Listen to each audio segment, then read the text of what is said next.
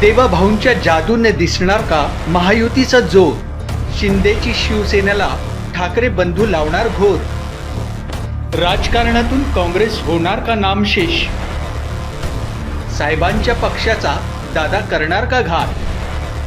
महापालिका निवडणुकीत कुणाची कुणावर मात? नेशन सिटी न्यूजच्या साथीनं बघा महापालिकेचा रणसंग्राम. नागपूर महानगरपालिका निवडणुकीसाठी काँग्रेस उमेदवारांनी उमेदवारी अर्ज दाखल केले. उमेदवारी भेटल्याने अनेक काँग्रेस कार्यकर्ते आनंदात होते, पण उमेदवारी न भेटल्याने नाराजांची संख्याही मोठी होती. अनेकांनी नागपूर शहर काँग्रेस प्रमुख आमदार विकास ठाकरेंशी फोनवर संपर्क साधण्याचा प्रयत्न केला, मात्र ठाकरे यांचा फोन 4 वाजेपर्यंत बंद होता. त्यामुळे काँग्रेसमधील अनेक इच्छुक नाराज झाले. ज्यांना उमेदवारी मिळविण्यात यश आले नाही त्यापैकी काही उमेदवारांनी नाराजी व्यक्त करताना विकास ठाकरेंवर आरोप केले. काहींनी आमदार नितीन राऊत यांच्यावर टीका केली, काहींनी राऊत यांचा जय जयकार केला. भारतीय राष्ट्रीय कांग्रेस की ओर से प्रभाग क्रमांक 1 जो कि जरीपट का नारा क्षेत्र आता है, उसमें हम 4 नगर सेवक प्रभाग के हमने चारों ने नगर सेवक पद के लिए अपना नामांकन दाखिल किया है. अ ब क ड जो चारों सेक्शंस है और हम चारों एक साथ है और पूरा चुनाव हम एक साथ मिलकर लड़ेंगे. हम चारों में कोऑर्डिनेशन बहुत अच्छा है और चारों सीटें हम जीत के आएंगे.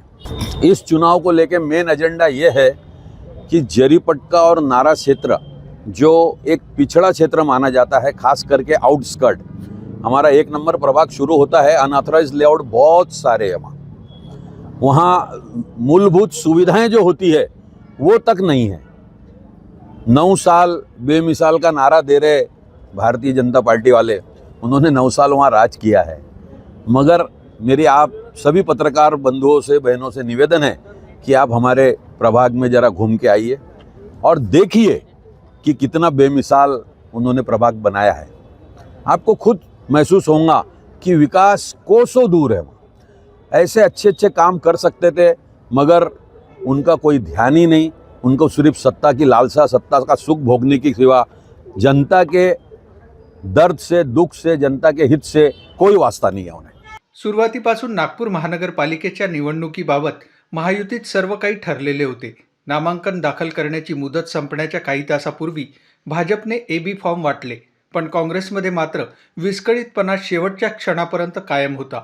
उमेदवारी अर्ज दाखल करण्याच्या शेवटच्या मिनिटापर्यंत काँग्रेसमध्ये किसको तिकीट मिला हीच चर्चा सुरू होती.